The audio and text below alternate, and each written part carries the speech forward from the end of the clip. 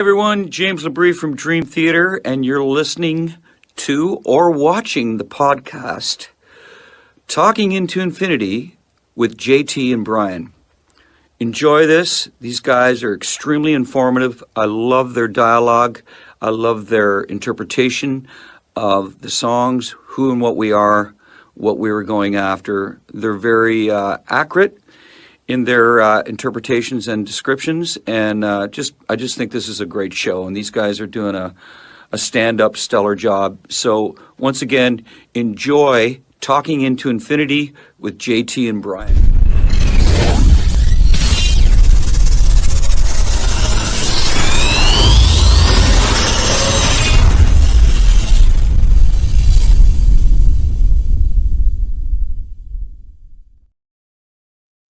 What is up, everybody? Welcome to another episode of Talking into Infinity, a Dream Theater-centric podcast. I am your host, John. We are live on Facebook, YouTube, talkingintoinfinity.com, the CMSnetwork.com, and the CMS Network Rumble page. We are at those locations every other Thursday at 7:30 p.m. Eastern Standard Time, with the exception of our next show, which is going to be on Friday, December 20th, at 7:30 p.m. Eastern Standard Time. And it is our fourth annual, hard to believe it's been 4 years, but fourth annual fan hangout show. We get a whole bunch of the fans on, the viewers, listeners, whatever you like to call them. We get them on to co-host with us, and we have an open discussion. We have a whole bunch of drinks, and we just have a great time. So the next show will not be on Thursday. It will be on Friday, December 20th at 7:30 p.m. Eastern Standard Time.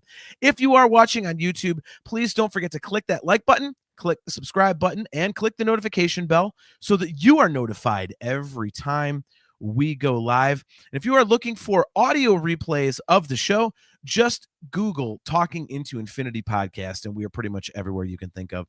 Without further ado, let me bring on my incredible friend, esteemed co-host, and a man who is no longer suffering from audio issues, hopefully, fingers crossed. Hopefully he's not a broken man and doesn't have night terrors over the fix we just had to do on the fly. He is Brian Hendrickson. What's up, man? Yo, what's going on, man? There we go. Oh, dude. Yeah. What? Way better? It's messed up again. Is it really? No, it's not. I just okay. I can't hear, so I have no idea. I wouldn't be surprised. Yeah. It's nothing like literally 3 minutes before we go on, you know. I know. Especially after I was already out for like almost 50 minutes blowing snow in my driveway and my neighbors. So you guys didn't get anything, huh? Wait a minute. That was the dude's name? Snow? Yes, Snow. Got it. Woohoo! But anyway, quick gross joke to start the show. No, we actually did not. You guys got bombed out there, and we've gotten, I mean, like maybe half inch, I think. I mean, it's funny because like right before we went on, a very, very good friend of mine from Lima called, and he's a champion power lifter, and he was out near Philly doing some stuff with his team and, you know, some promotional work, and he's driving back and he's heading to Lima. So for those of you who don't know the area, Philly is east of where Brian and I are, and Lima's west of where we are. So he's going away from the weather, but he'd heard about all this horrible shit snow. And he was like, hey, man, like, am I going to run into problems? And I was like, no, you'll be all right. But he might be knocking down my door here in the next half hour to crash for the night because he's not sure. So, well, it's crazy because I'm in the quote snow belt, and you know, a lot of that stuff started coming like 2 days before Thanksgiving last week in Paynesville and Ashtabula, which is halfway to Pittsburgh, basically. They got hammered, and there's another town out there. I don't know if you saw the high school. They got 56 inches. This is before what's been going on the last 3 days. So literally the roof was collapsing. They couldn't even go to school over there. Yeah. And, you know, and we finally now, I think we're up to probably 12, 14. I was out. It is pretty rough out there, but yeah, I'm glad though, man. I like to see snow on the ground this time of year. I don't want, you know, people to be stuck inside and all that, but I do too. I don't know. It's not winter without the snow, if you ask me, you know. All right. So Johan Alexanderson says, whoa, that's a lot of audio. Johan, let us know if we got to back Brian's mic down. We fixed it, but I'm also suffering from a double ear infection. So my hearing is quite like deadened. So I might have had him boosted up a little high. So if it needs to come down, if you just let us know, he'll adjust it real quick. But That's great because I can't hear myself at all, and then like now you're gonna double your Oh, connection. look at that. Johan goes, no, it's good. Well, then what the fuck, bro? Like, come on, man. Like, oh my god. Doug McCauley, great to see you, brother. He says that's what you get for living near the lakes. Yeah. Right. Yeah. That messed me up for a minute there. I thought we had audio problems. So real quick, I did want to show that I do have the hair. I figured you could make fun of me, but it's I know Doug has mentioned it and everything, and I figure before I put a hat on here, I would. Do you play with it between every song on stage and stuff? Are you that guy or no? Steph says that I do, but I do it inadvertently because I'm not used to having long hair. And Okay. so like it tickles my face, and so I'm like touching it and pushing it out of my, Okay. So yeah. You're not doing the 80s. Well, you don't have long enough to do the 80s where you're just constantly flipping it and this and that. No, I do it like I do the, but that's again because I'm singing and I don't have my hands to do it. But believe me, I don't even know it. Steph just makes fun of me like relentlessly for it. When I went on that Monsters of Rock cruise, that was the one thing that annoyed me was like, okay, if you're in the band, it's okay, but like just regular Joe dude that was there with long hair and still got to flip it around and stuff, and when he's doing this and that, I don't know, it looks goofy, man. It's just like right? You're not in an 80s metal video, music video, man. Yeah. Just cut your freaking hair, put it in a ponytail, or throw a hat on or something. I don't know. Right. Oh, it's our good buddy Joe Gebhardt, man. Good to see you, bro. He says, haven't been on in a while. A lot going on here in North Carolina. Well, hopefully it's all good for you, dude. Johan Alexanderson says, now you can get a fan for the stage. It's funny you say that, Johan, because we played a very small stage the night before Thanksgiving, and I had the one guy's fan to my right and one to the left. And so at one point my hair was going one way and then it would go the other way, depending on where I was. It just looked ridiculous. So it was like I was sailing or something. It was really stupid.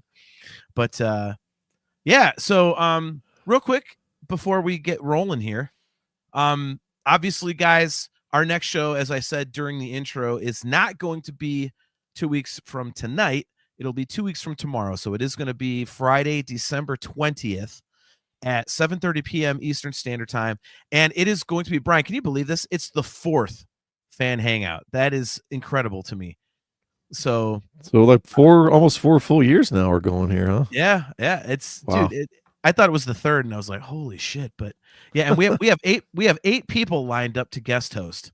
Nice. So yeah, it's going to be a blast. So I have to get with everybody and do some video and audio tests just to make sure that. Now, are they all going to do like segments, or is this going to be like worked out like topics? No, it's going to be based on okay. first of all what time zone they're in, right? So that we can make sure that anybody who's like up later than us can get on earlier, so that they're not up till 4 a.m. or whatever. But yeah, I figure we'll 15-20 minutes, and then we'll bring somebody else on, and we'll have to like boot some people here and there, unfortunately, but everybody's going to get their chance. And I want to get some like some Christmas stories. Like, what do you do on Christmas memories? Let's throw out some ideas, maybe. What kind of podcast do you think this is? I'm just kidding. No, I'm writing down a list of stuff. But no, that's good. I mean, asking questions is good. Like so far, we've got Lucas Spoken, so he's jumping on our good friend Doug McCauley. Kale's jumping on Chastity. Hennig said he wants to jump on. I got to connect with him because he's in Germany. Aaron Taft is going to come on. Robert Husted, he hasn't been on in a while, so we're going to have him come on. And then we got an email from a guy actually who is a podcast host himself, huge Kiss fan, but loves Dream Theater. And he's actually from Findlay, which is right outside of Lima. So wow. Kind of small world there, but he wants to come on too. So we have 8 people. So that's going to be cool as hell, man. It's in case any of you guys have never watched or participated in one of those shows, it's a total blast. They do run pretty long.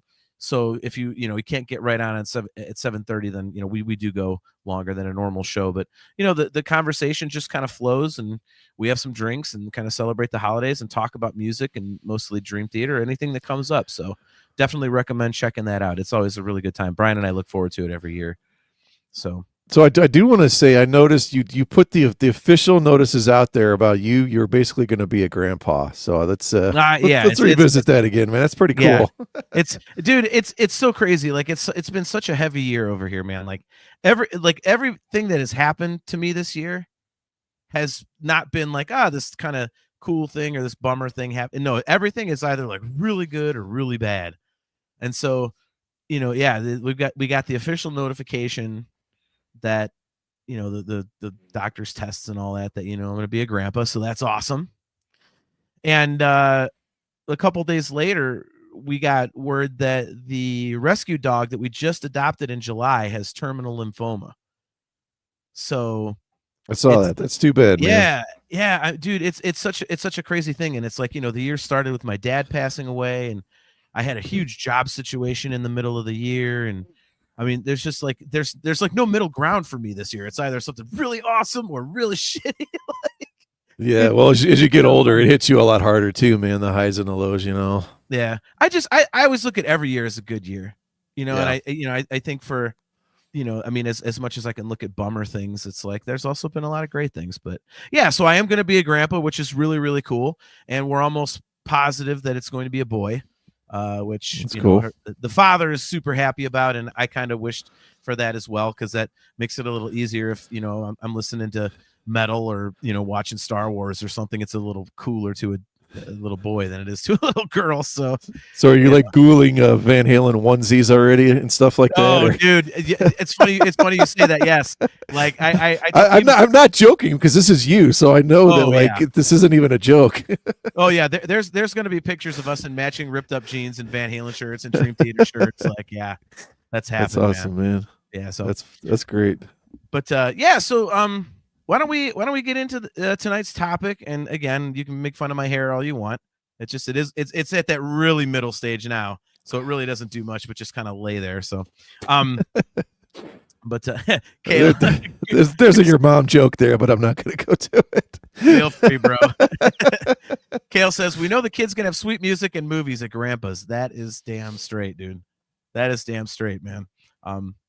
All right, so we just kind of wanted to have a conversation with you guys tonight and kind of give our thoughts on, kind of like a year in review in Dream Theater. It's been, I would say, and what do you think about this, Brian? I would say this has been kind of like the most exciting year in the band's history in a way, because we did have so many different things happen.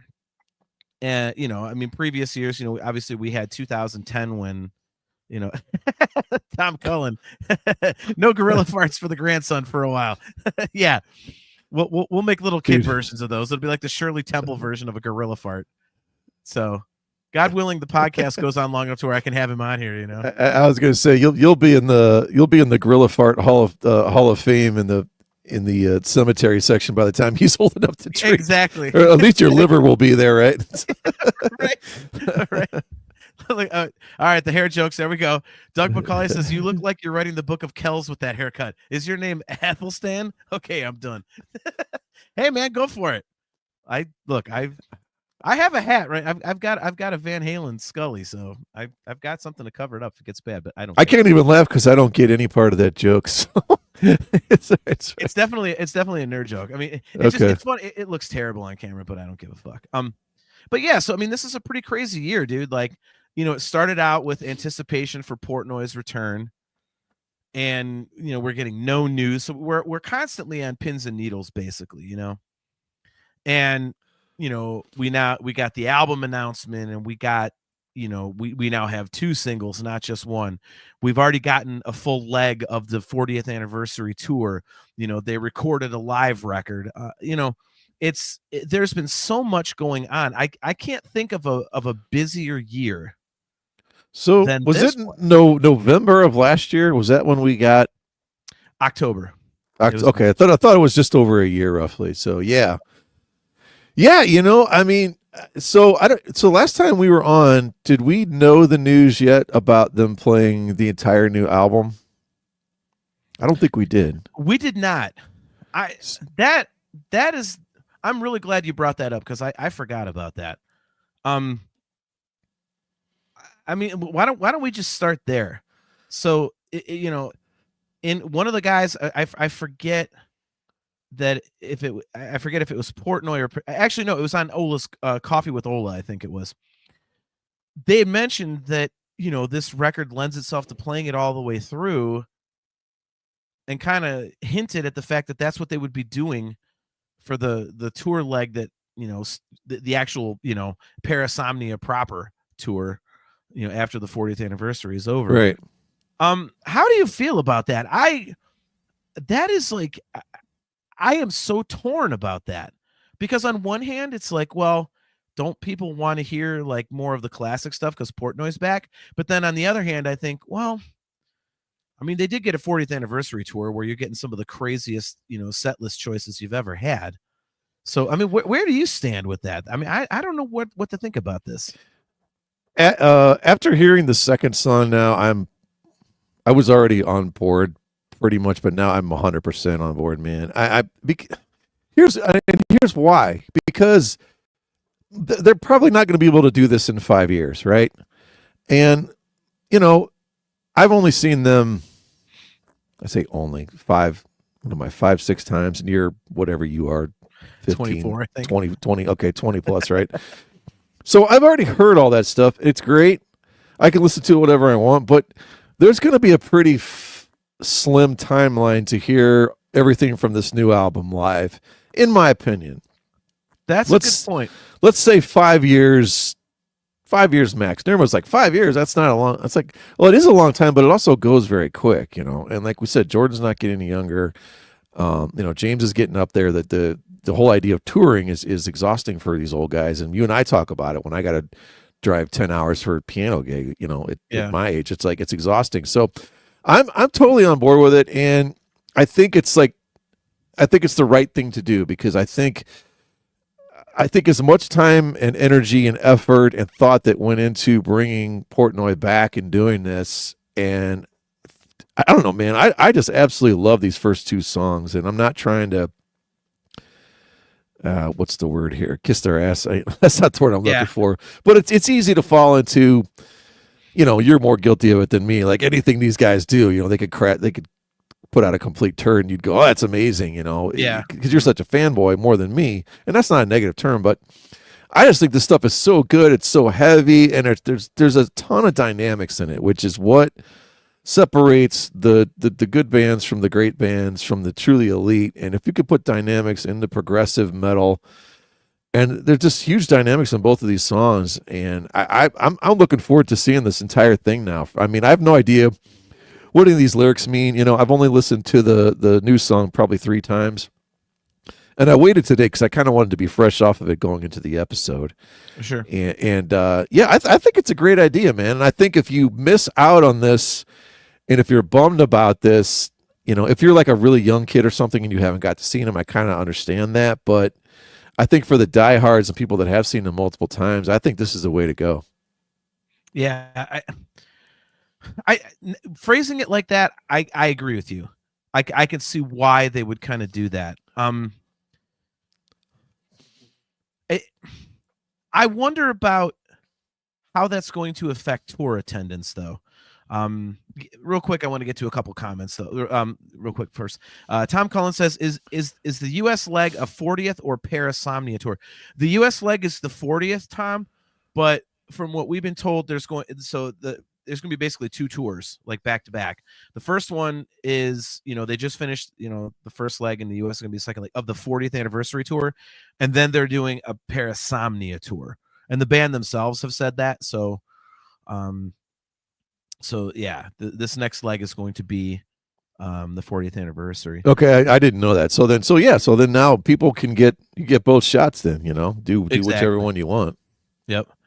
Doug McCauley says, all the jackasses on the fan sites keep finding shit to complain about. Doug, I always say this on both of my podcasts. I am such a dumbass because I can't help myself from going down the damn rabbit hole in the comment sections, and I have mouthed off a couple times on the Dream Theater comment pages, because I mean this one the other day, it was, I forget what this guy was saying, but it was another bash on, it was just some ridiculous bash on James or something, and I was like, all right, smart ass, then why don't you post videos of your fucking vocal prowess? Like, it, you know, there's people like they say this crap and it's like, shut up, like the new single. I was like, oh, it's formulaic.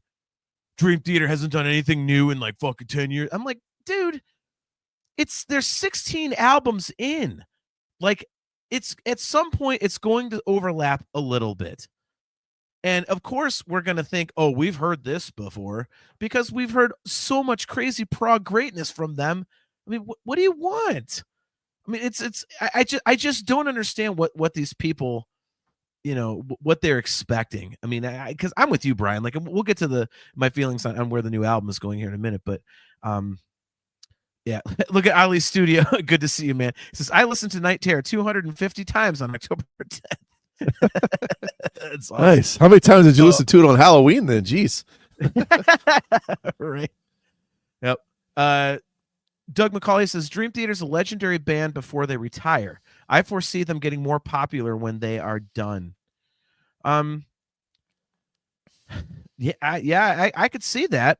I think there's going to be a lot of people bitching they didn't go see him. I will say that. So, all right. So Kale, back to what I was about to say. He says, I don't think it's going to kill the attendance as long as the second set is strong enough. Kale, that's where I was going with that. I worry about when they do these full records because sometimes people are, with this one, it might be different because it's new. But even when they did, the full Scenes from a Memory a couple years ago, as popular as that album is, there were some fans that were bitching like, oh, I don't want to see an entire record, for half the show. And we know the backlash against the Astonishing shows. So yeah, I just want, all right, enough of this. My hair is driving me fucking bananas. I'm calling my entire neighborhood. Did you see that? Listen to, right. He must have had that thing blasted on Halloween. He probably did. Oh my god! Yeah, I need to borrow that. I just got to look at my hair. I need to borrow some of your hair to cover up. See, you can make fun of me all you want, but I've got the hair going, dude. I can't talk about my hair. Yeah. That's for sure. Yeah. No, I think I will say this. I like the vote of confidence that they're giving the record by doing that. I mean, not many bands will do that. I mean, every band when a record comes out, this, they go, "Oh, the record's amazing," but how much are they playing it on the new tour? Like, I'll use an example. Like Van Halen wasn't going to play the entire Fuck record in 1991, but they ended up playing like 3/4 of it, which speaks to the strength of the material. Like, they can tell. So the fact that they have confidence enough in this album to do that, I think, is a good sign. I am going to say, I don't know if you call this devil's advocate, but slightly skeptical. So they're going to do this whole full 40th tour, and then they're going to come back and play the whole album. Like, I'm not saying they're lying and that I don't believe them, but I'm like, there's 20 to 25% of me. Okay, I kind of believe that when I see it, right? You know what I mean? Like, I think that maybe what they want to do, and that's their intention. I don't know that that's totally set in stone. We think it's going to happen. Well, and I could be completely wrong. Like I said, I got that from Petrucci and Portnoy's interview on Coffee with Ola, which is excellent, by the way, guys. If you haven't checked that out on YouTube, yeah, thinking about it more, it kind of does back up well with the 40th anniversary tour because I wonder if this is a very Portnoy thing to do. Maybe this was something that he thought about, like, well, you're getting the whole Dream Theater experience, knowing that people will go to the 40th anniversary tour, like people like me, maybe even like you. I'm going to Radio City. You're going to Radio City because I had the extra ticket. But then when they come around again, we're going to go. So he might be thinking, well, they're going to go to both. So let's give them the classic, like, greatest hits experience. Dream Theater hits with a whole bunch of deep cuts. You know how that goes, which is awesome. And then we'll hit them with the whole new record on the second. Like, that's kind of like the whole Dream Theater experience in 2 concerts, isn't it? I mean, that does seem like a very Portnoy kind of planned out thing, I would think. Well, one of the best sources we have, Wayne Joiners, if he says he thinks it's going to happen, then yeah, I go with that. I don't know. It's just, I'm not saying I'm not doubting it. I'm just like, it seems like a lot to put out there. And I really hope it happens. Like, I'm going to be super pissed if it doesn't now, because I kind of have my heart set on seeing this whole album live. And I mean, it's probably not going to, well, who knows? I don't know. You think Cleveland will get another show of that, or will we have to, are we going to be going to New York yet again? Yeah. It's like, yeah, I would doubt it, honestly. I think it depends on the turnout at this first show. But I mean, you know how it's been. I mean, we've gotten shows on the previous tours, but it's been in like Akron, Canton, and stuff like that. So, you still don't even have a ticket for Cleveland, do you? No, I think I'm not going to go. I think I'm going to go and hang out, hang out beforehand and meet people and stuff. And by the way, I do need to get your T-shirt size, because I'm going to get a couple custom T-shirts for us, and whether you like it or not, you can wear it at the Cleveland show, and I'll wear it for the New York show. But okay. I really want to make one of those chill shirts with a QR code on it. It says "Check out my Dream Theater podcast." Nice QR code, so people can. I'm gonna get business cards. Like, I mean, what better place to like pimp out your Dream Theater show than at a Dream Theater concert? So, yeah. I mean, you know, look, I love how Wayne put the little smiley face in there. I love you, Wayne. Wayne, I may or may not be hitting Wayne up to do some work for the show. I gotta scrounge up some coin and throw it at Wayne and be like, hey man. So he must really be bored. He's gonna take on a charity case like us. He's really hard up for work now. He's gonna use some stock stuff that he hasn't used for other crap. Yeah. And just like glue it together. But here's your video. I put all this time into it, man. That's great.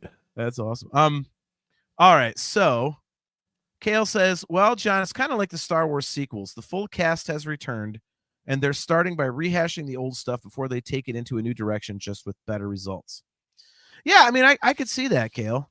You know, I'm not saying, you know, that I disagree with it or that I'm against it. You know, I always worry, like ever since The Astonishing, I just, you know, and especially like if you, which you should never do this, listen to the online trolls, you just worry about the whole full album presentation thing. You know, how many fans have the patience to do that? So I just, and like Doug said earlier, there's so many people bitching in the comment sections anymore. It's like, oh God, do we need more fuel for that fire?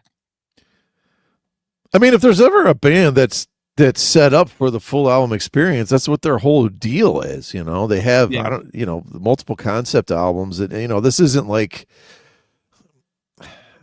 I'm trying to think of an example, because hardly anybody puts out rock records anymore, but, you know, or ones that I consider all that great. You know, okay, here's two singles we got on the radio, which no one listens to the radio anymore. We all listen to podcasts or Spotify or whatever, but it's like, they're not the kind of band. It's like, all right, we put out two singles, the rest of it sucks. You know, it's like you said, if Portnoy said it's sort of meant to be digested this way, the fans are smart enough and hungry enough, and they all wanted Portnoy back enough. And I just, the fan hangout, or not the fan hangout, the forums and all that, dude. I'm always one of those people like, and you know this because if you look at your Facebook feed and you look at mine, they're totally different, because I don't get in on this stuff, like especially like Ohio State or whatever. Like I stay out of all the negative. I'm like, because to me it's common sense. I already know. Yeah. And like if you have something horrible to say about whatever, then it's just like, okay, I already probably most likely know this. And then if like you're just so dead set on you hate the new Dream Theater, you hate this and that, like what the hell do I care? You know? I don't freaking care. I mean, honestly, I don't even care if you like it. Unless you're like somebody I would never expect to like it or something. And then, okay, maybe that's something interesting, you know, to talk about. Yeah, no, I agree. It just, for me, like I can't even explain why I click on that stuff, because as soon as I click, you know, comments, my first reaction is, what are you doing? Like, why are you doing this? And yep, it always just, it's so frustrating. And people saying stuff they wouldn't say to people to their faces, which that's the problem is if you interact, then they win, because that's what they want. So you got to get everyone to ignore it. That's the thing. You know? Yeah. I'm stupid. I mean, I'll be completely. Oh, hey, you don't have to sell me, man. Nice. Yeah, it's all on me, man. I fully agree. Yeah, I just some of the comments are just ridiculous. You know, and people clamor and clamor and clamor for, oh, we want Portnoy back, we want Portnoy back, and then they get him, and they promptly start complaining. It's like, dude, I mean, and by the way, I don't understand. Sorry to soapbox a little bit, but I don't understand how you complain about Dream Theater. Like, Alex Neal, you are so right. By the way, good to see you, man. He says, if you want to turn a blind eye to negativity, turn a blind eye. And Doug says, don't feed the trolls, John. Guys, you guys are both 100% right. I'm just, again, I'm dumb. I click on this stuff just to see if there's any interesting, like, I look for interesting comments and things that'll provoke thought. And I just end up getting pissed off. But yeah, I just, I don't know, man. I'll put it this way. Maybe the first song isn't totally your cup of tea and it takes a while to grow on you or whatever. But if you're a true hardcore Dream Theater fan and you were dying for Portnoy back and you don't like this second release, The Broken Man, I don't know. Yeah. I don't know what to tell you. Yeah. I mean, there's everything we love in this song about the band. It's in there, and it's the return of Portnoy. I mean, if you don't like that, then okay, I guess then maybe you're just sort of done with the band. Maybe you just sort of maxed out on what you enjoy from them. But I mean, if you don't like that, I don't know. I honestly don't know what to tell you. I mean, I'm with. We got to get Kale just busted himself in the chat. Kale, I love you, man. Kale says, I can't turn a blind eye. Doctors work too hard for that. For those of you who don't know, Kale had eye surgery recently, so that's very good, Kale. Nice. But yeah, I mean, that kind of ties into what I was saying, dude. Like, I mean, like, I don't know how you can get pissed. If you're a Dream Theater fan, how do you start bitching about their music? Because, like, for example, we all know, obviously, I'm not the biggest fan of Repentance and stuff, but everything else, like, we've said so many times that it's, if you like some of it, if you're a fan, you pretty much like all of it. Even the records that you don't care for, you would still listen to because it's so widely varied and it's interesting musically. It's not like a standard straight up rock band where they can put out a shit record. Like, let's use, Queensryche, for example. Like, everybody loves, like, Empire and, Rage for Order, obviously Operation Mindcrime. But they can put out a shit record. When you get into the later stuff like Q2K and Tribe and all, it's terrible. But Dream Theater is so consistent that how are you complaining? I just don't understand that. And, getting back to what you were saying a minute ago, let's dig into the new single. Broken Man, dude, when they released that teaser the day before, and it was just I was like, oh, that's awesome. Like, I was like, hell yes. So, I mean, I love it. And for me, I've been waiting, like, ever since yesterday morning when I listened to Broken Man to say this on the show. The first two singles from this record, Brian, I don't know how you feel, but I am feeling about this record the way that I did about Distance Over Time, which is a top 3 record for me, because, we had Untethered Angel and then Fall Into the Light. And Untethered Angel came out, which in this case would be Night Terror. And I was like, oh, this is cool. All right, this is cool. This is cool. And then Fall Into the Light came out. I'm like, oh, this is like that on steroids. I like this more. Hell yeah. Ooh, what's all the proggy shit going to be like on the record? So if Parasomnia follows, the same path that Distance Over Time did for me, I am going to absolutely love this record. Yeah, I think these are actually better than those two songs because if I remember, when we did our ranking, I had those more towards the back. Not that I still like the album, but I think these are stronger. I think they're a little bit more melodic, and that the dynamics are there. And I'd love some of the stuff Jordan's doing on piano and stuff. I mean, he always does great stuff, but I just think the way he's filling out the sound. This new one, I get a pretty big Alien vibe, and that's fine. Right? I mean, it's one of the better new, of the Mangini era, probably one of his most shining moments, you know. So I mean, if it's Yeah. something that reminds me of that, that's definitely not a negative thing. No, totally. Yeah, I mean it's interesting because I'm really glad that we have two songs to judge by now, because it kind of starts giving you a little bit of a picture of what's coming. And one of the things I like the best is that, and this is just singular to me, I think. I mean, let me know if you guys are kind of this way in the chat. Like I think I've said this on the show before, but for some reason, like the album art, like the album cover, like if it doesn't tie into the vibe of the record, like that kind of is weird for me. And it can also get me into it more. It's like the album art really kind of has a bearing on how I kind of the emotional vibe I get off the record, and the feel of these two singles. And I think it also has to do with the videos. By the way, excellent work by Wayne on Broken Man. It kicks ass. I mean, Yep. Broken record, but man, Wayne's stuff is just so goddamn good. Wayne, if you're still watching, I had a friend of mine at work, and we were in our operations meeting, like all the management was in a meeting, and we say a nice thing every morning before. And hers was she had gone to the Creed show and here in Cleveland, and she said, man, I love the music and everything, but man, that stage show just really put it over the top. Like the graphics were so good. And I was like, I know that guy.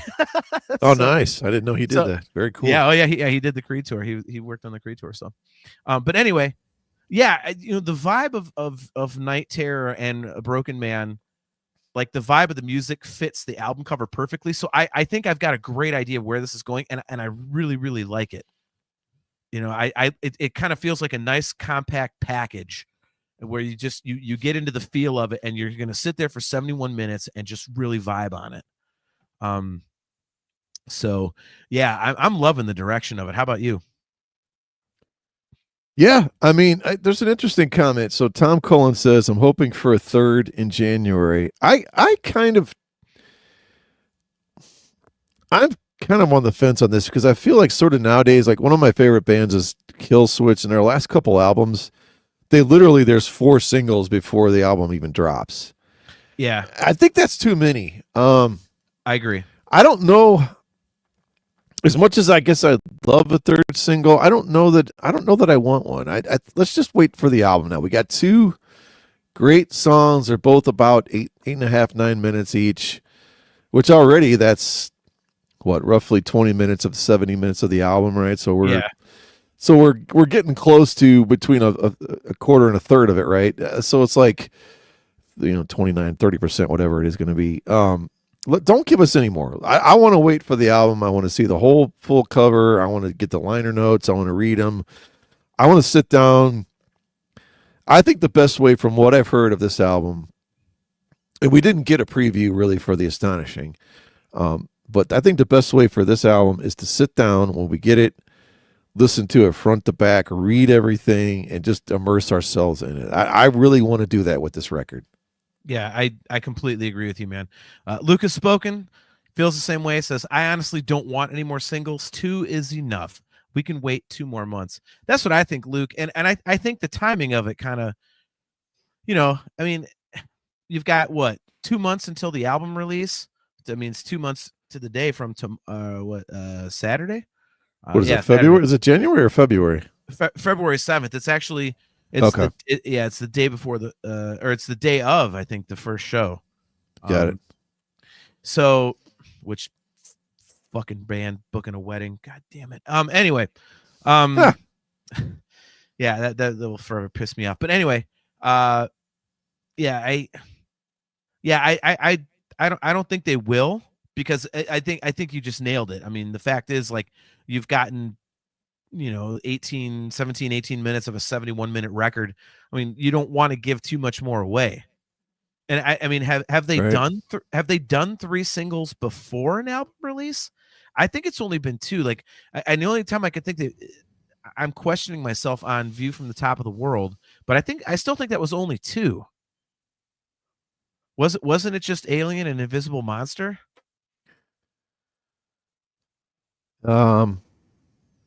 I mean, correct us in the chat, guys. Like, yeah, I thought those 2 were the only 2 that they. I honestly can't remember. That sounds right.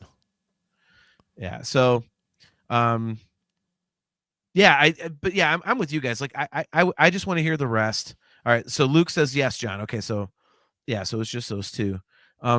Yeah, I'm with you guys. Like, I want the rest of the record to be a surprise. And again, I'm just getting distance over time vibes off of this, which is awesome for me because I love that one, man. So, all right, Kale says distance over time was the third one because they all right. So they did do Paralyzed along with the first two. Thanks for correcting me, guys. I appreciate it. But yeah, I think this record is going in such a cool direction. I love the vibe of it and everything, and I'm interested to hear the rest of it because we have yet to really hear kind of like a light moment, and I don't mean in terms of not being heavy. There hasn't really been that really up, you know. I guess you could kind of Night Terror's chorus, especially like the higher, key, whatever. You know me and my music knowledge. I just yell at people. Yeah, I think that is like close, I guess. And there's a few moments in Broken Man, but I think they're in general it's pretty dark, and I have the background of the show tonight is the 40th anniversary poster.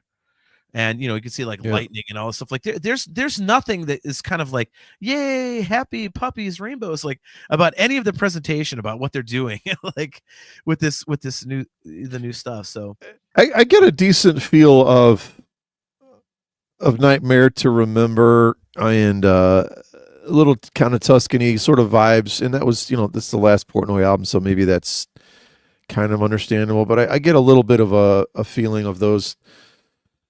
Some of the melodic choices, especially kind of some of the stuff that Jordan's doing. And of course, those are always going to be, massive positives for me.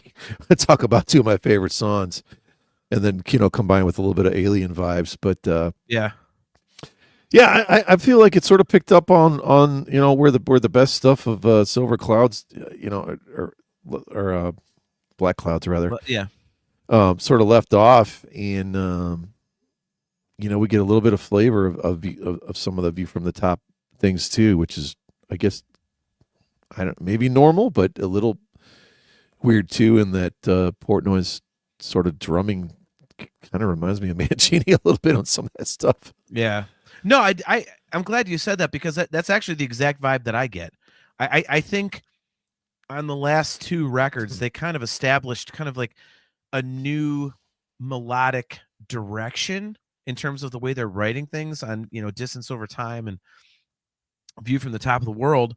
And I hear that, but also combined with where they were at during Black Clouds.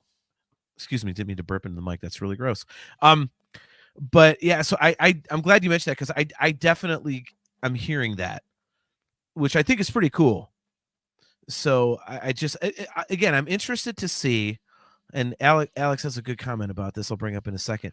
I'm interested to see if there are some of those up moments, to kind of balance things out. Because again, we talked about this earlier this year about the record. Like we've heard it's really heavy. It's this, that, and the other. And people, said, oh, what about Train of Thought? That was super heavy too.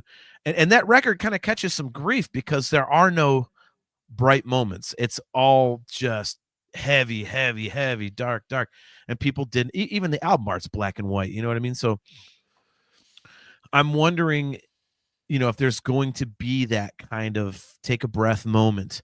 And Alex Neil, he says it right here. He says maybe the album will have an emotional centerpiece like Wither or Through Her Eyes. I'm really hoping for that, Alex. I'm with you. Like I really hope that there is, because I think that would really offset the vibe that we're getting from it so far. I would assume. I mean, historically, they don't. Well, you still had Vacant on. Yeah, but even that was like, I mean, that was just like as downer as it comes. Like, yeah, no, the melancholy and Well, it might be. Yeah, I don't know. You might not get what. Yeah, it might not get what you're talking about here on this. I don't know, because you said well, light as in not heavy, not that kind of light. Like more like upbeat. light. I don't know. Is there anything that lighthearted about like supposedly nightmares and night terrors and stuff? Right. It's not like they're gonna bust out the sugar plum, dance or whatever. Maybe they'll be the ones. It'll just be technically about dreams. Just most of it's negative. Right, And right. One happy song will be about like banging your hot teacher in high school.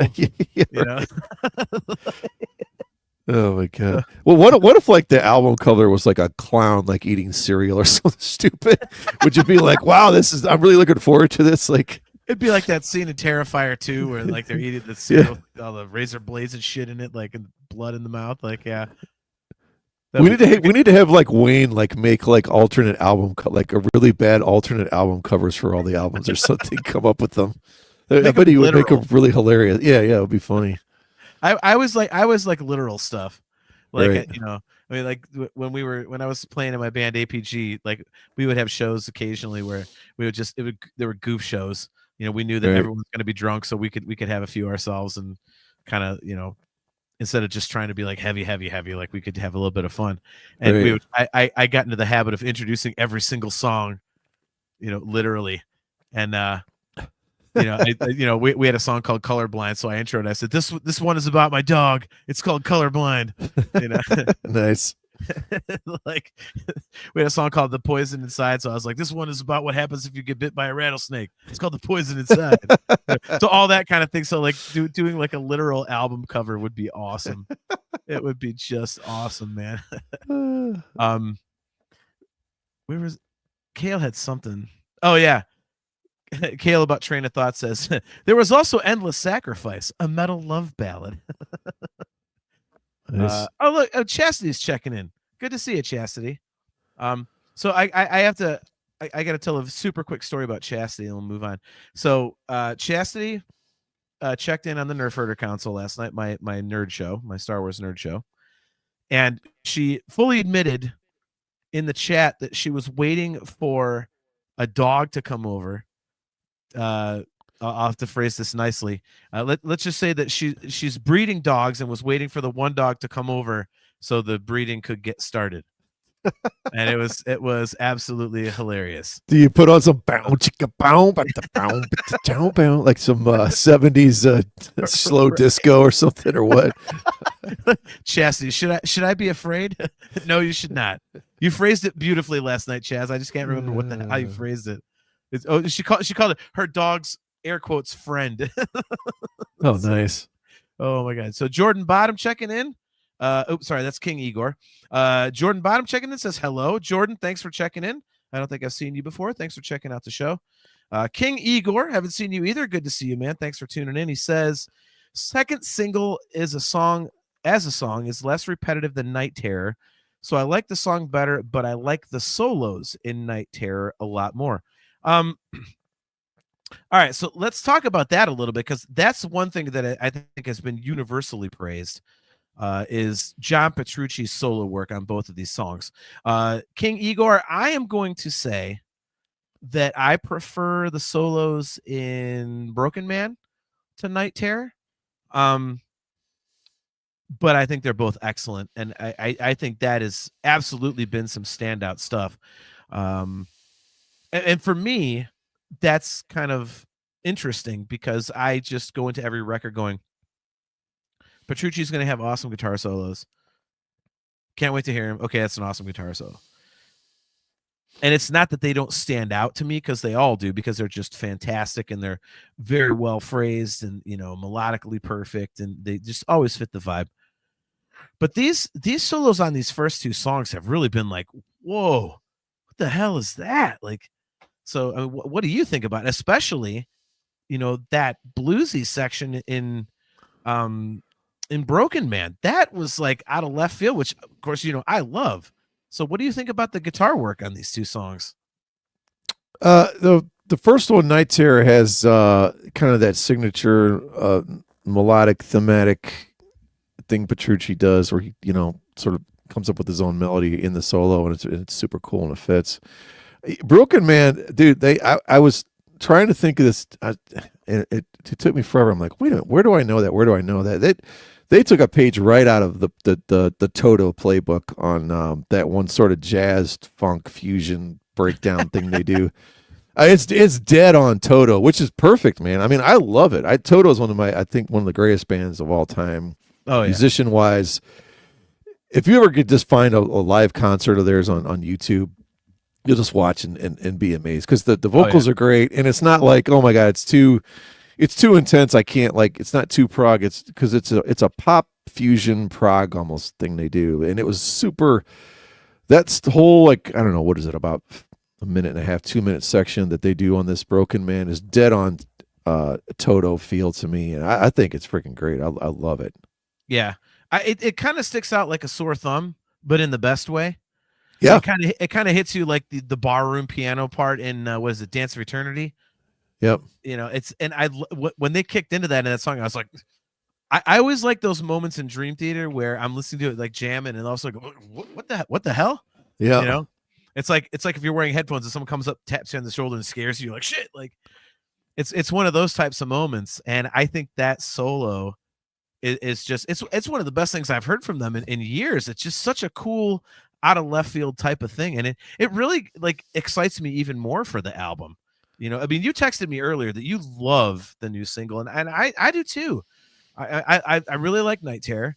I just, you know, again, I just think these two singles, if this is the stuff that they have deemed as acceptable for release, and I say that meaning, well, you know, we can't release, you know, Octavarium or the most proggy friggin' thing ever, like, you know, a 4-minute version of, you know, The Great Debate or whatever. If this is, you know, okay, the least proggy stuff, the most accessible stuff, I can't wait to hear the rest of this thing, man. Yeah, well, like we said, doing the math, we still got 52 minutes coming at some point. So right. Look at this. So Jordan says, I've been a listener to the podcast for a while. I also attended the Kentucky Dream Sonic show last year. Killer show. Cheers, guys. Jordan, cheers to you. I was at that Kentucky show. So if you, it's not on the audio version because it was only like 5 or 6 minutes. But if you go through our YouTube videos, I actually did a quick live update from there. I was front row. I went by myself because my wife is just not a Dream Theater fan, and I had a show in Cridersville, Ohio, the night before. So it was, I think, I don't know, like an hour and a half drive or something. I stopped at a pop-up Star Wars bar on the way. And then I, you know, got into Kentucky, got myself some bourbon, was tying one on in the hotel room, and then went down to went down to Newport, the little amphitheater. So I was there, man. That's cool. I may have run into you in the pizza line. So, yeah. So Aaron Taft, a good point. He says, I don't think Petrucci's capable of writing a bad solo. So, yeah. So, I mean, in general, dude, I just think this has been a great year, and I'm really excited for what is to come. You know, I think, you know, they're really kind of getting into a good groove. You know, a lot of people have said, well, they're changing up the set list, and obviously the answer is no, because, you know, Wayne has done all that work on the different videos and stuff, so we know that. But I mean, we're going to get a live record, and I think I'm very interested to see the response to the new album. Oh, look at this. Jordan says, I thought so. I remembered hearing that or seeing it somehow. I ended up getting drinks at a bar with Devin's rhythm guitar player after. The pizza jokes were too good. Nice. Yeah, I'm going to be very interested to see how the new album is received, because Brian, I mean, you know, we've said it on the show before, but we've heard rumors that the current lineup of the band, basically the plan is to do the 40th anniversary tour, live record, do the tour for Parasomnia, and then do a farewell tour and out. So you're going to get studio album Parasomnia, live album, 40th anniversary tour, Parasomnia tour, farewell tour, out, and Dream Theater retires. So I am going to be very interested to see how well received Parasomnia is, because if that is their plan, to do a farewell tour after the Parasomnia Parasomnia tour and say, hey, you know, we're finally of an age we can't keep going. This, you know, this, that, and the other. If Parasomnia it just lands like, let's say 6 degrees or, you know, something, because you can't say images or scenes from a memory because nothing will ever land like that. But let's say like 6 degrees where the entire fan base is just like, holy shit, this is amazing. Will that make them change their minds? I mean, what do you think? And guys in the chat, like, you know, I don't think it'll even be as, and this isn't to downgrade at all. I mean, 6 degrees is still pretty sacred ground. No, I mean, I think people are going to think it's a great album. But you know, when they go to do their album ranking like we did on our show, you know, they're not going to, you know, they're going to put 5 albums in front of it because it's Dream Theater, right? Right. What will be interesting, I guess, is this is conceivably, given what we know now or what we perceive to be reality, this would be the last sort of recording of this lineup with, you know, with these guys on it. You know, these are the type of guys that are going to probably go on and make, I don't know, combined another, 40, 50 records doing whatever, but it's going to be in different incarnations, solo projects, or Portnoy is going to just go play with whoever.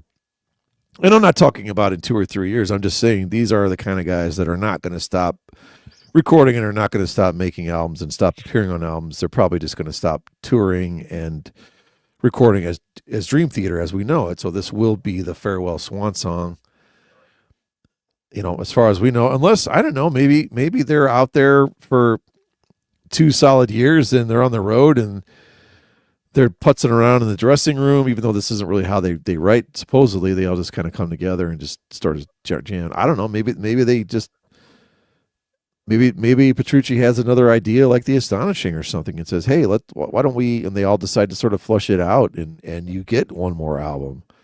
I'm not totally ruling something like that out. I think it's improbable, but, you know, if I was a gambling person, I would say this will be the last recording we get of this core lineup, right? Because we've talked before about, you know, would they ever, if Jordan gets old, would they replace him? You know, would they get, you know, bring in a younger singer or something? If James just said, I just really don't want to do this anymore or whatever, blah, blah, blah. I don't see any of those. I really don't see any of those scenarios happening personally. Yeah. I mean, Doug and, you know, the chat, they're talking about it. You know, Doug says, don't worry, Chastity. I don't see them stopping the music. Touring, yes. Making music, no. There will be releases. I think that, yeah. And Lucas Spoken, same thing. He says, I don't see them stopping making music after this album. Touring, possibly more likely. Yeah. And, you know, Johan Alexanderson, man, makes a good point. He says, Deep Purple are like 80, and they're making albums and touring like never before. And Kale obviously wants one more show in Australia, man. Poor Kale. He says, I hope they don't stop touring that soon. I need more time to get to a show. Yeah, that's. I mean, I'm going to push back a little bit on Johan. Like, I know Deep Purple churns out an album every 2-3 years. It doesn't mean that they're, you know. Well, maybe they're doing it just for the sake of, you know, I understand why they're doing it because they still love doing it, but I don't think that behooves anyone for just any band to just. It doesn't behoove someone like Dream Theater to go, we're just going to pump something out every 2 years. Like, I don't think that. I don't know. Personally, to me, that doesn't sound like a great idea.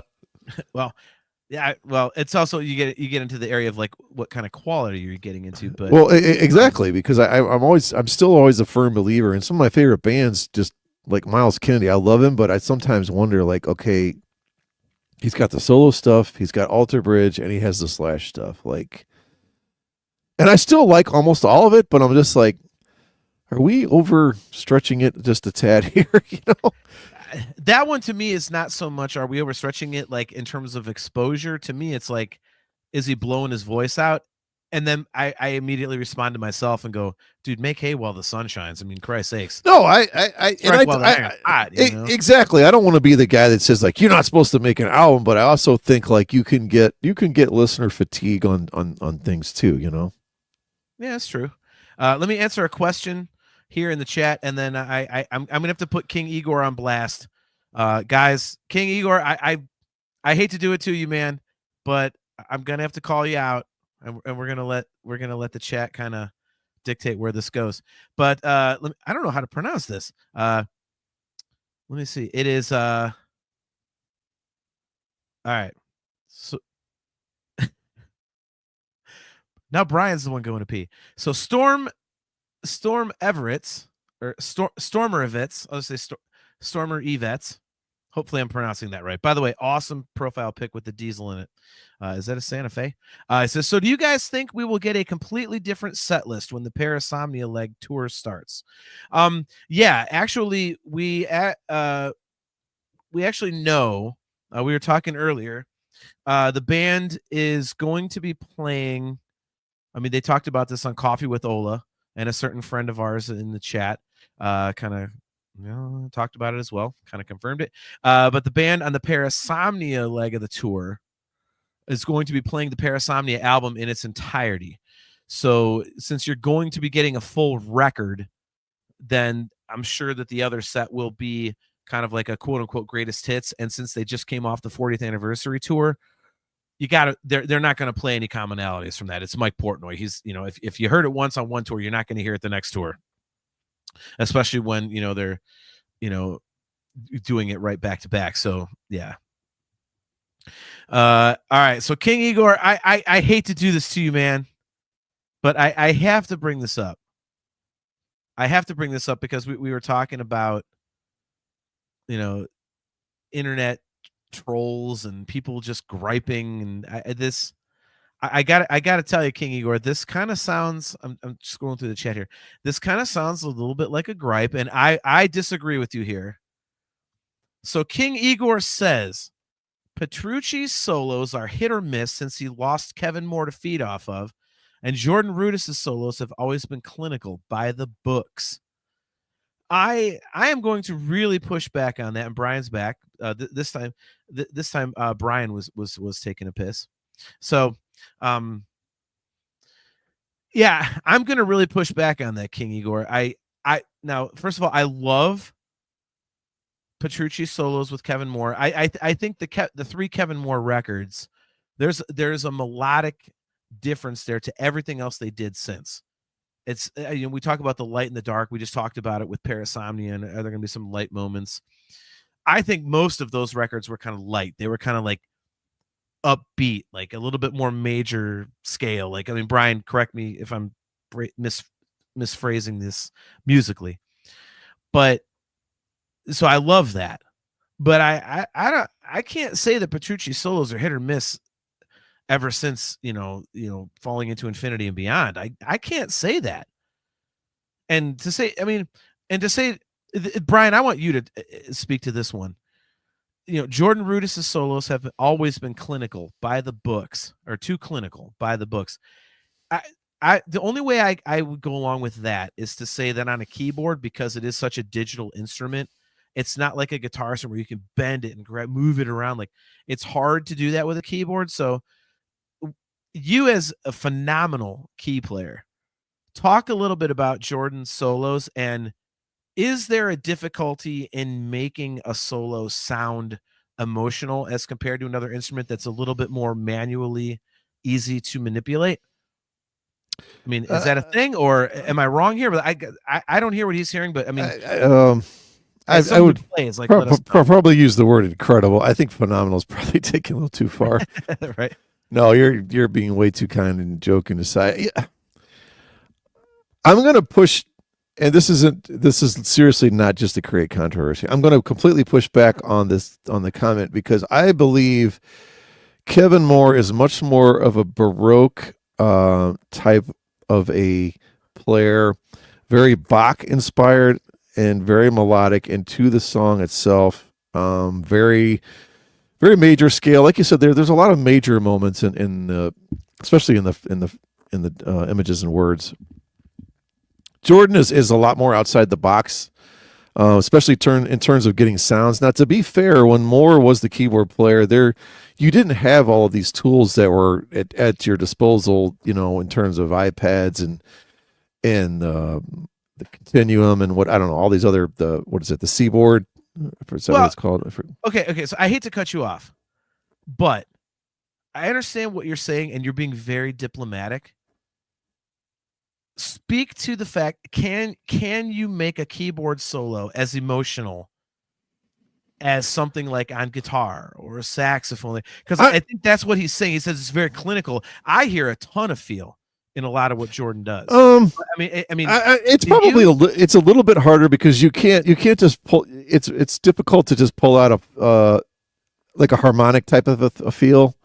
That's not something you can just naturally do on a keyboard. It's going to have to be programmed to be able to do that. And, in the way like stuff echoes and feeds back when you're in front of a Marshall or whatever, or however you're playing it, or however you're picking and your attack and all that. Whereas on a keyboard, you're just kind of hitting it. And you have things like aftertouch where you hit it and it's louder or whatever, or you can do a little bit of feel in there, but it's definitely not the same thing. By the way, I'm laughing at the chat. I'm for anybody watching. I'm not laughing at you, Brian. I'm laughing at the chat. But I'm trying to like sort of follow along and no, just you. Well, yeah, we'll get to. But that's my thoughts on it. I mean, I absolutely loved every little choice that, specifically images and words. Every little choice as far as a keyboard solo was like, man, this is. It seemed like so obvious of how you would play it, but you still have to go, yeah, this is what I'm going to play here. You know what I mean? Like, I don't think there's anything that anyone who's a fairly decent player could sit there and go, I could never play this. But who cares? I mean, it's great melodic stuff. It fits the music. And Kevin Moore's a great player. Jordan Rudess is an amazing player. Sometimes I think maybe he's so far out there. But also, you're constantly. Here's the thing, too. People don't understand, and I'm in a couple Facebook groups where they talk about basically doing covers and keyboards versus guitar. You're fighting the same frequencies, right? So when you're up there with a guitar and the guitar is playing whatever it's playing up here, especially electric guitar, and you're playing a synth sound, those two frequencies are damn near canceling each other out. Especially if the guitar is chugging along on the rhythm and stuff. So you're battling that as a keyboard player. You got to try to find a frequency that's going to sort of stand out from that, right? Other than just cranking it up. You could just crank it up and always be louder, but you're still sort of battling the frequency 75 to 80% of the time. And that's a thing, unless you're playing like piano or something against it, but just pure synth sounds, there's always going to sort of be that battle. Okay. And I'm going to disagree with what King Igor said, based on principle from what I said earlier, and that's just me. And I think everyone's sort of entitled to their opinion when it comes to Petrucci solos. I mean, that stuff to me is sort of subjective. I mean, if you preferred his playing better when he had Kevin Moore, I guess that's one thing. I don't know. I mean, it's been so long since Kevin Moore was in the band. And like we said before, we don't even really count the first album. So it's really only 2 albums that he was on Kevin Moore with. And the second one is so far different. You don't count the first one. What's that?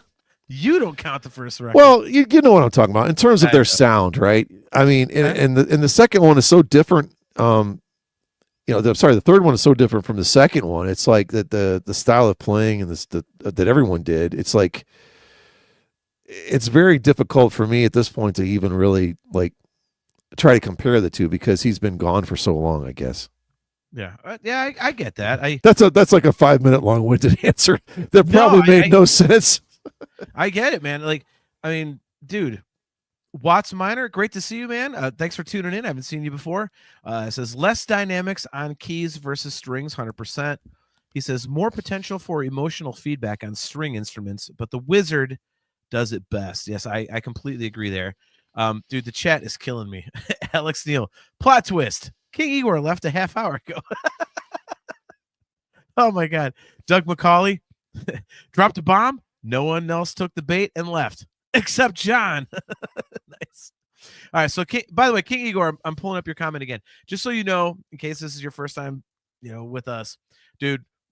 All opinions are welcome. So if you feel like we're blasting on you, we're not. So please don't feel that way. This is exactly why we do the show. So we can, all Dream Theater fans can hang out, be cool to each other, and have debates and stuff. So King Igor says Kevin used modern sounds not 70s tones, and didn't need sheet music. He memorized his parts. His playing feel is more like a guitar player. Okay, I will say this, King Igor. In terms of the sheet music thing, I'm gonna call 100% bullshit. I would like you to try to memorize all of that. that's all I gotta say. I mean, the fact that none of them need to do that, like, I mean, Jordan does, but I mean, he's also got multiple splits across the keyboard, and I'm on record saying that.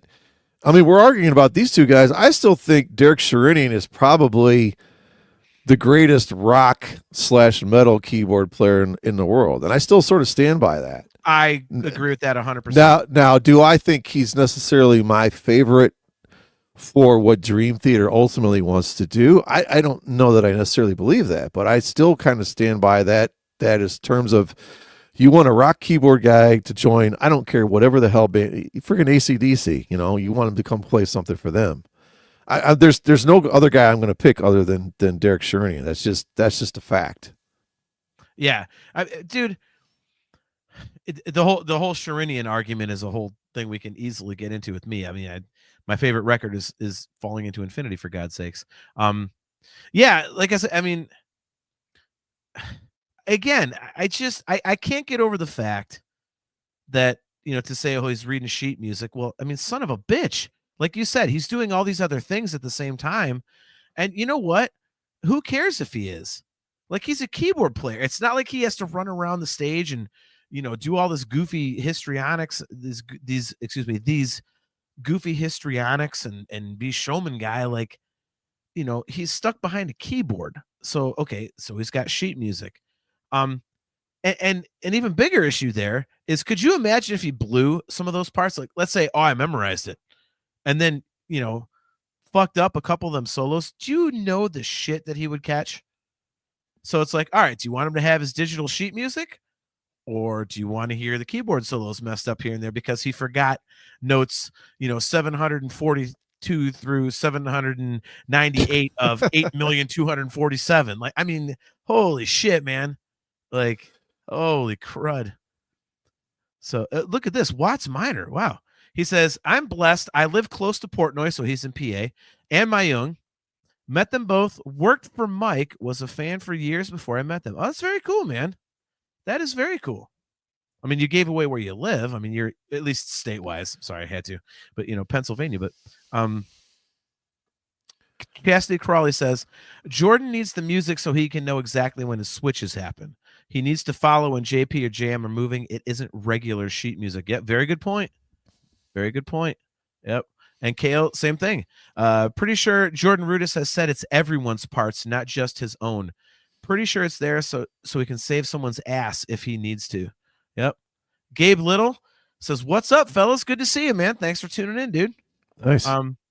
Yeah, dude, I can't fault anybody for, I mean, if you need a little kind of like a cheat note, if you're playing Dream Theater music, more power to you.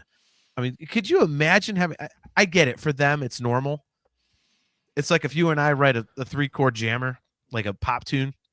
Okay, we're going to remember it easily because it's our song. What do you mean if? Yeah. Right? Or like when? The Talking Into Infinity record is soon to hit. But, man. Yeah, but I mean, for us, if we write our own song, sure, we can remember it. Well, we're going off on a bit of a tangent here. We are, but I mean, it's, and don't try and redirect the show. Don't do that to me. I'm the host, asshole. I'm just kidding. That insinuates we have some direction in general. Exactly. Are we on the fan hangout? By the way, guys, this is kind of what the fan hangout turns into. It's just we just riff on stuff. So except we're way more drunk is the only difference. Yeah, and all the people in the chat that are being awesome, they're actually on camera with us. Yeah, I'm sorry, I just can't give the guy shit. When you're playing that much music, it's like if you need a couple cues, like, I mean, what? I get super annoyed at cover band that has what Well, pretty much you don't see a music stand anymore, thank God. But even iPad, even iPad up there if you're married to it. And I've had some personal experience with this, but yeah, and I get everyone's like, oh well, Ozzy has the stuff, the lyrics and the monitors and this and that and all that. And I understand that. That's fine. But when you're up there reading as opposed to performing, there is a massive difference. Yeah, and with Ozzy and like Rob Halford and all these other guys, you can't see it in the audience. You don't know. I mean, the average, like you and I as musicians, well, you as a musician, me as a guy who plays with musicians, like we know that that's a thing. So, okay, but the average person doesn't know. So it's like, I mean, I do that in my band. Like I need sheet notes for a couple songs because I just have a hard time remembering. So I print them out, I put them on sheets of paper, and they're on the stage. So I'll go back and forth and I'll kind of glance down and get like a cue. But I'm not like with the iPad, like staring at it. So here's the thing, man. Now we're in a tangent. Look what you did. Now we're in a fucking tangent. I've been playing in cover bands since basically 88, 89. Right before your 50th birthday? Wow. Yeah. And there was no such thing as even cheat sheets. And there was no such thing as iPads. And like everyone did totally fine. I don't know how they did it. And the funny thing is here we are 40, 50 years later. Like, nice, Chris Aiken. Fuck you, Aiken. No, he actually is making my point. Yeah. And the fact, here's my point. It's been, what are we talking now? Damn near 35, 40 years later since I started doing these cover bands. And all the bands are playing roughly half the same songs. Yeah. So what the frick do you need the iPad or the notebook for them now? Yep. They've been out there forever. Like, yeah. Speaking of tangents, this is where we're headed. But you did that. I was about to redirect it, then you went on a tangent. All right, sorry. Damn it, King Igor! Look what you did. Oh my God! I want Chris Aiken to come in with a hair comment though. Man, he's got to do something.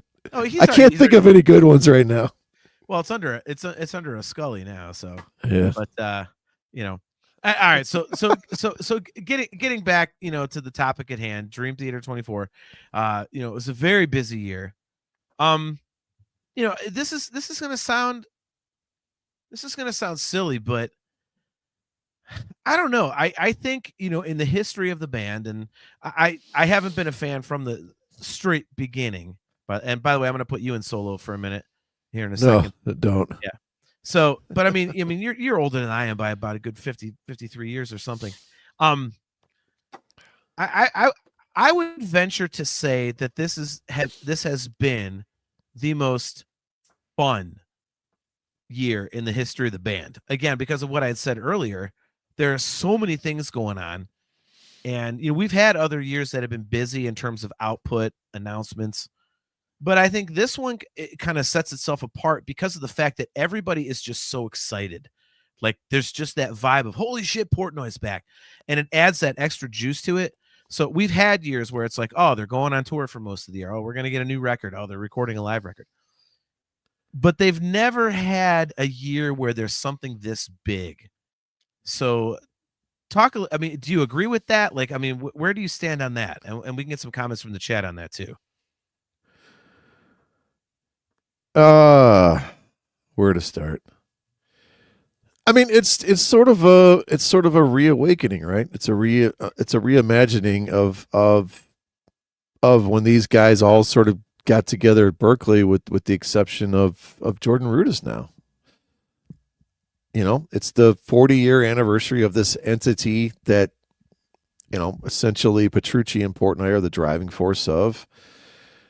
I don't know if you call it the amended fences, but they're back to doing the thing that they created, and the amount of work I think that went into turning this into the juggernaut that it is. The idea that Portnoy was out of it for so long, when you think about it, is very, very bizarre. I mean, this is something that he helped create. He helped turn it into this powerhouse that it is. And the fact that he's back now, I think they just want to. Doug McCauley, I'm starting to think There wasn't a plan for tonight's episode. Is this the first time you've ever watched us, Doug McCauley? We've had plenty where it's like this. I was thinking of doing like a best of, but the problem is John doesn't listen to any new music. No, this is Dream Theater. I mean, this is sort of like, it's also your chance for everyone's kids and everyone's grandkids now, since 2011, that never got to see Portnoy, that, the people told their kids and told their grandkids about it. They're going to get to see it. They're finally going to get to see what is the true, real, I guess, Dream Theater, with Mike Portnoy driving the set lists, doing probably the bulk of the interviews, and getting to be in charge of this band the way that he wants to, and steering the ship probably as far as he thinks he can take this thing. I don't want to say milk it, because that's more like sort of just like a cheap thing, but I don't know. So Chris Aiken brings up an interesting point. It feels like a redo. Yeah, he says, not that I'm a fan. By the way, Chastity, I did do the banner. Good catch. Chris Aiken says, not that I'm a fan, but when Mike left and no one knew what it was going to sound like was more exciting to me as a casual observer. This feels like a redo. Fun to hear it now, but it's sounding like what it used to be. Yeah, I don't know. I mean, I'm not under other than the astonishing, I'm still not under the thing that they changed all that much when they had Mancini. I mean, it was I'm fully on board thinking Distance Over Time. If Portnoy was on that, I wouldn't know the difference. Specifically that album, right? Oh boy, that is, holy shit. Is that a whole nother conversation? Wow. I mean, yeah, I mean, again, Aiken says he's not a fan, and he said it's sounding like what it used to be. But I mean,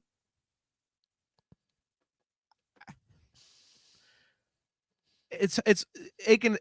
Since you're not a fan, it's hard to describe it. Because we talked about this earlier in the show. It's, people are complaining, oh, it's formulaic. We've heard this before. Like, okay, but this is their 16th record. Like, what do you want to hear? There's only so many goofy places they can go to. I guess think of it like this, Aiken, like a band like you love, like Newfound Glory. Like, what if their original drummer came back now, who's been gone for a while? What would you? Yeah. I don't know. I mean, Aiken, it's got to have that familiarity. I mean, first of all, because that's how they write. So you're not going to get something different. They all, they do what they do. It's kind of like Rush. You're not going to get a polka record out of Rush, when they were around. Like, I mean, they're going to do Rush things. I mean, it might go a little bit left to center, but it's never going to be something completely crazy different. And especially now with Portnoy back, it's not like, they're going to, to use a Queensryche reference. It's not like, when they ended, they did Empire, and now Portnoy comes back like, yeah, here's Here in the Now Frontier. I mean, could you imagine? Like, that would just be, oh. So Doug McCauley says, I do not want a Sate Anger Dream Theater record. Yeah. I don't think you're here's the thing. I don't think Metallica, well, maybe they do now more, but I don't think they knew what to do after the Black Album. I don't think they knew where to go. I don't think they had an identity. And Dream Theater has always sort of had an identity, and this is kind of what we do. It's going to veer off in some ways, but it's not going to go way over here. And I think Metallica just sort of wore out with what they did, and they didn't want to do another Black Album or another Master of Puppets or try to do that, and they did not know what the hell they wanted to do. I think they completely lost their identity. I think they still don't really have a true identity, but they're one of the greatest metal bands of all times. It's very, very difficult to maintain an identity and a consistency in what you truly believe in musically. And I've always sort of thought that. Yeah, that's hard to argue, man. I mean, Metallica is a weird example, I think, because I think they have an identity now as a metal band, but I think that they're, and again, we're going, God damn it. Are we doing the fan hangout now? But, again, plug for the fan hangout. This is exactly what we do in the fan hangout. If this was 2 weeks from now, we just keep rolling with this for the next 2 hours. By the way, Aiken, if you want to jump on for the fan hangout on Friday, December 20th, let us know. I'm sure he's dying to jump at that chance. Oh, dude, he can't wait. You think he wouldn't want to be on camera for like 2 hours bullshitting about music? Like, but yeah, I think Metallica did irreparable damage to their legacy with that horrible time period from Load through, about Saint Anger, because now people are looking at him like, oh yeah, they did Master of Puppets and Kill 'Em All and Justice and these classic records, but there's something there that is like just tarnished. And Aiken would say that, he's the biggest Metallica fan you've ever met. I can out trivia him at Metallica, but he can out fan me. He would say that it's because it's dad rock now. Like, he went to when he went to the shows back in the 80s and 90s, he went to a ton of them in their heyday. I mean, dude, he met them on the Ride the Lightning run. So, I mean, fuck, man, Aiken's got super cred. Back then it was like, drink a beer, fuck you, and now it's, hey friends, we'd like the Metallica family, I'm Papa Het. Like, what the fuck is that? So, I mean, so now when they're putting out actual metal records again, it's, oh my God. I love that Johan comment. They released those albums because where's it at? I didn't see it. The last Johan Alexander said, "No, they released those albums because they wanted less people to download them." All right, Johan wins the chat tonight. Yeah, that's one of the greatest. They released those albums because they wanted less people to download them on Napster. All right, hang on. We got to go back to Aiken's comment. So he did say, "Take it easy, Kale. Good to see you, brother. Take it easy, man." All right. 9 p.m. Chris says, we may have missed my point. I was saying that before you heard Mangini music, you weren't sure what it would sound like. With Portnoy returning, there's no mystery. Oh, okay. Well, then in that case, I completely disagree with you, Chris. It's Dream Theater. It's going to be Dream Theater. I mean, even when they added Mike Mangini, it's not like they're going to become, like a jazz flute quartet or something. It's going to be fucking Dream Theater. I think that what you were looking for with Portnoy returning, and this kind of brings the whole conversation of tonight's episode full circle. I think what you were looking for with Portnoy returning is a certain vibe that a lot of the fan base said was missing with the Mangini stuff. I don't necessarily agree, but I can hear it. And I understand where people are coming from. I don't think it's as obvious or egregious as a lot of fans do. But I mean, Aiken, it's going to be Dream Theater regardless. And I just think that Portnoy brings a certain rock vibe to the whole thing that Mangini did not. And honestly, I think that's through no fault of Mike Mangini's at all.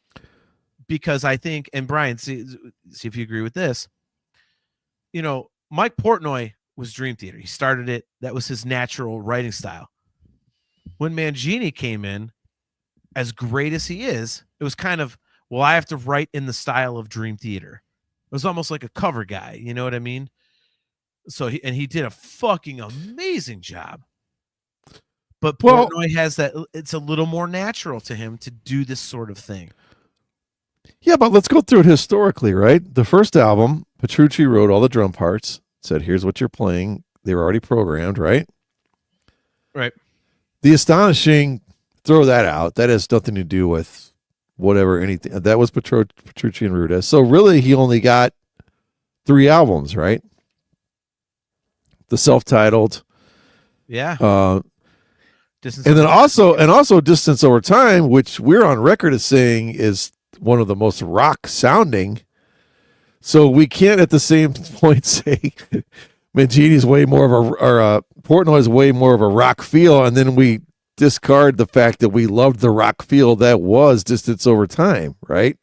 Well, it's kind of hard to put. I don't think you can necessarily separate those two things. But no, I think you can, dude, because again, not I don't know how to phrase it any better than I did. Portnoy is Dream Theater because he started the band. Like he was doing that. That was his main thing. It's always been his main thing. Whereas Mangini came in, and as great as he is, he had to write in the style of. It wasn't like he started the band and wrote the original music and went through the growing pains and the different records and stuff. It's just a different vibe, man. Like if I like, with my two original bands, if I were to get into a room, and actually this is a current example. If I were to get into a room right now with the guys in Gatlin or the guys in APG, my two original bands, and we started writing, it would sound natural. Because we've done a few things over the years since we stopped, performing together, and it kind of comes together. Like you've got that kind of feel, that vibe to it. Brother Believe Me, my cover band, like they were original band when they started like almost 20 years ago, and we're working on original stuff. And I'm working with the guys, and it's phenomenal material, but it to me, I feel like I'm forcing things, and it doesn't feel as natural to me. So I think it's two different schools of thought. So, I mean, I just think it's a different thing. If you would like to respond instead of scratch your balding ass head. Actually, the back of my head's fine. It's the front where I'm starting to have a few issues. Nice. I don't know, man. I still think a lot of this comes down to everyone just subjectively has their favorite, and then they go, "Oh man, when Mangini was there, blah blah blah." Now that Portnoy's back, blah blah blah, and it's like, dude, if you sat down and you're a generally average person, you don't know the freaking difference. Fuck you in your comment, Brian, in the chat. I don't know even know how to comment in the chat. Why? What happened? Oh, shut up, you asshole. Anyway, continue. I do want to bring up one comment when you're done, by the way, because someone just I mean, like, just like I'm saying, I mean, it's easy for everyone to it's a lot of hindsight, it's a lot of second guessing. Well, now the Portnoy's back, and I mean, Portnoy's back for one reason only, to try to sell more tickets, and that, I think that's sort of first and foremost. And it's not in a bad way. It's not like a money grab. It's a way of, hey, we got to figure out a way to reinvigorate this band. To sort of make it, I don't quote unquote relevant again, or maybe try to bring back the fringe fans or the fans that maybe fell off because of Mangini or whatever. And that's what it is. And I fully support and 100% understand that. But I don't think you can have all of this like, oh, well, when Mangini was in it was so this. It's like, no, it wasn't. Again, like I said, we only have 3 out of 5 albums. We really only have 3 examples of him playing on an album, right? And him like truly writing his drum parts. And one of them we fully agree is one of their best albums, and a rock metal album.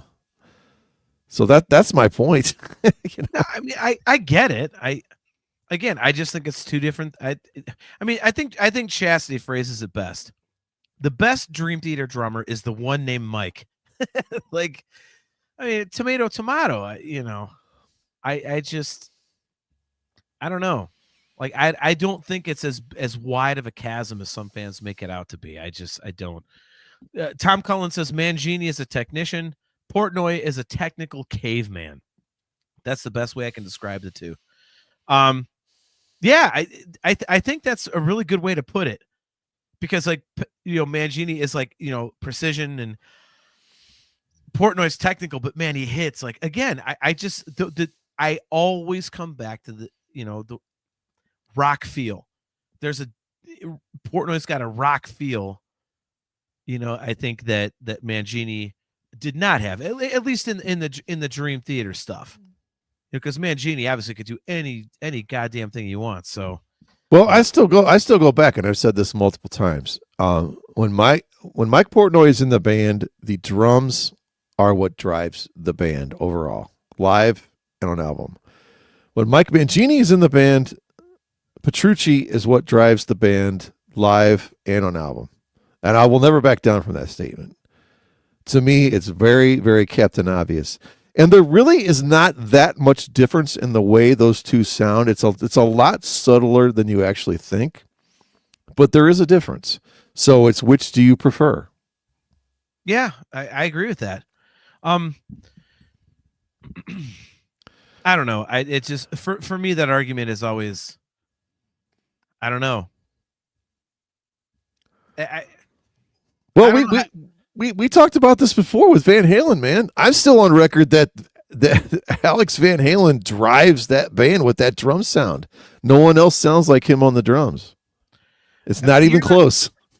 You're not wrong, dude. I think that with Dream Theater, if you were to put on, let's say, A View from the Top of the World or Awake, I don't think people would say, well, there's a different drummer playing. Not necessarily, but would you agree that, and let's not talk about average people, and I'm not trying to say we're above average, but I'm trying to say that you and I, would you not put on both those albums and say, man, it sounds like Portnoy is driving this album as opposed to Petrucci is driving this album? Or maybe you don't even agree with my point on that. I don't know. No, it's not. Well, again, okay. We've said this many times on the show. You're a musician. I'm a guy that yells in a microphone along with musicians behind me. Like, I mean, I fully understand. I don't understand, 90% of what you understand about music. So I don't know. Like, I listen to the music based on feel. And for that reason, I think I would agree with you. Because I think feel wise, I do think the drums were a little more present with, the Portnoy records, but I don't think they were not present with the Mangini records. I think it was a little more of a complementary, I would say, complementary instrument. But I think it's, I mean, and I even hate phrasing it like that because to me it's so negligible that it's unbelievable. I really think that if let's say Dream Theater was a band like Gorillaz where no one knows who the fuck they are, and people do know who they are, but you know what I'm saying? Like it's, Gorillaz is like this secret band, whatever, what they do. I don't think that, let's say it was a secret band. I don't think fans would have as big of a problem with the differentiation between the Mangini era and the Portnoy era. I just don't. I mean, in a vacuum, I don't think there is this glaring difference. I really don't. Well, I'll even go one further. I'll go as far as to say, when it comes to images and words, the driving force on that album and the melodies that stand out more than anything else is Kevin Moore. I mean, I'll take it that far, and that's not just because I'm a Kevin Moore fan, that's not just because I'm an Images and Word fan, but that album to me is, I'll stick up for Igor on this one, man. I mean, that album is 100% driven by the keyboard sounds, the keyboard melody, the keyboard choices that support great guitar playing. But they also don't, there's times when they don't support it and they're sort of running the show there, and the guitars, hey, I'll jump on for the ride. And that's probably half the album if you really sat down and listened to it, to be honest. I won't dispute that. I mean, I'm going to bring up King Igor's comment about that to get to your point, but I do. Watts Minor just put a comment in here. I'm gonna this is a Talking Into Infinity first. We're going to have a Family Guy reference here. Watts Minor says some may find this conversation shallow and pedantic. Watts Minor, shallow and pedantic. So there you go, a little bit of Family Guy for you. All right. So King Igor says Moore and Portnoy are more creative, a more intuitive fit for Dream Theater. And we'll close up shop here pretty soon, Brian, because we don't want to, this is again, it's turning Talk into about the same thing for 2 hours. No, it's not about that. It's just this is turning into the fan hangout. So, by the way, guys, 2 weeks from now, it will not be Thursday, but our next show is on Friday, December 20th at 7:30 p.m. Eastern Standard Time. It is our 4th annual fan hangout, and what we do is basically what we're doing right now is bullshit about anything, and we do it for hours. We have drinks, and we have a whole bunch of the viewers, listeners, fans, whatever you want to call them. They are going to be on to guest host with us. So if you would like to guest host, just shoot us an email at talkingintoinfinity@gmail.com or hit us up with a private message on Facebook, and we'll fit you guys in, and let's do it. But we should do too on that night. I want to do a live watch through of Silent Night, Deadly Night. Have you ever seen that one? It's from like 1988. It's one of the worst movies ever. Oh, I've got bad movies for you. So I want us to all watch that. Well, we're not gonna take up 2 hours of the fan hangout to watch a movie, dude. Well, why not, man? We can still have comments in between. Listen, Captain Buzzkill. All right, one thing. All right, I'm just gonna put this out there now. We are not talking Mangini and Portnoy on the fan hangout. You're gonna get banned. Well, we can talk. You're gonna get ejected from the show. I'm just saying we've burned that into the ground at this point. That's true. All right, so last point tonight here. So King Igor says Moore and Portnoy are more creative, a more intuitive fit for Dream Theater. I'm going to start that out by saying, I mean, they are, part of the original 5. So I think when you have, that original vibe. I mean, how many bands have talked about it over the years? Like when you're young, you're hungry, and when you're trying to get that record deal, you're trying to put out that first record. There's a different energy there, and so I mean, I think in that way, I think that might be a little unfair to say that they're more creative. And King Igor, I don't know if you've seen the show before or listened to us on the audio versions or whatever, but I mean, I am a huge Derek Sherinian fan. My favorite Dream Theater record is Falling Into Infinity, and I think that's some of the most creative stuff they ever did. And I think because Derek Sherinian is so different and his more rock style, just straight up I'm just going to say Van Halen-ish because he's such a big Van Halen fan, but the Van Halen-ish kind of keyboard approach, because putting that up against Dream Theater's proggy, very stodgy, songwriting, I think it works incredibly well.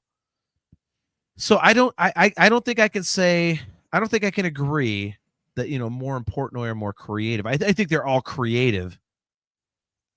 I mean, King Igor, I'm just going to put this out there. Do you think that your opinions are driven by the fact that you are a fan of the classic original lineup? Because it kind of seems like that's the case. You kind of seem like it's the first 3 are cool, and then after that you're like, So and we have to be transparent here. I can totally understand that viewpoint because there's bands where people are like, oh my God, there's the last 5 albums were amazing, and I'm like, all I liked was the first 3, right? So let's be realistic here, right? I mean, this isn't a totally. I'm not bagging on it. This isn't a totally unique point of view. It's out there with every single band there ever was, right? Right. I love the first 3 albums. I love the first 4 albums. I love the middle 5. Somebody comes in late. Oh man, I love the last 4 albums. And then old people like us are like, man, you missed the first 5 albums.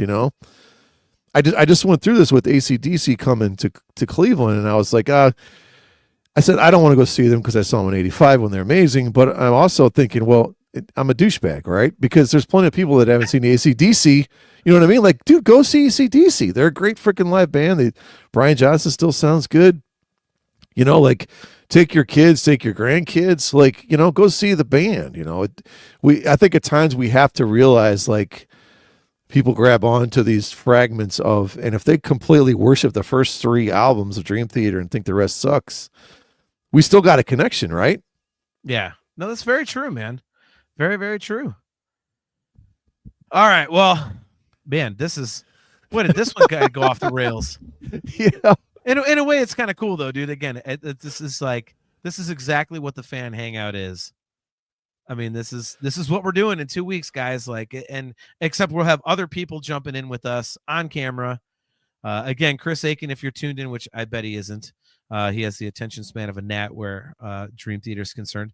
But yeah, we have eight people jumping in and co-hosting with us on our next show, which again is going to be our 4th annual fan hangout. It will be on Friday, December 20th at 7:30 p.m. Eastern Standard Time. And again, if you would like to jump on and co-host and be on camera with us, just shoot us an email at talkingintoinfinity@gmail.com or send us a Facebook message on our Facebook page and let us know. And you're more than welcome to come on. We're literally going to be talking about anything. So right now, as we're jumping off, this would continue for another, we basically don't set an end time. It's as long as people want to hang out. So it's just, if it goes for 4 hours, 5 hours, we don't care. It's just, let's all hang out. Let's all celebrate the holidays and talk Dream Theater and music and just have a great time. So Gorilla Farts will be imbibed in by all. And by all, I mean me. Brian will be drinking some unholy swill that it's what's it a combination of, Brian? A Buzz Ball and a Bud Ice for a combined. It's it's usually Ice House and Four Loko. That's actually what I'm drinking right now. Oh Jesus! So wow. Oh God. All right. Well, Aiken, you are invited if you'd like to jump on with us. So you are always a bastion of good taste, excellent commentary, and of course, you never curse. So yeah, guys, so we're going to check out for tonight. We appreciate you guys hanging out for another episode of Talking Into Infinity, a Dream Theater-centric podcast. Again, we will be right back here at all of these fine locations on Friday, December 20th at 7:30 p.m. Eastern Standard Time for our 4th annual fan hangout show. So we'll see you guys then. Again, if you're watching on YouTube, please do not forget to click that like button, click that subscribe button, click the notification bell so that you are notified every time we go live. And guys, man, we love you. We'll see you in a couple weeks. And as always, Carpe Diem.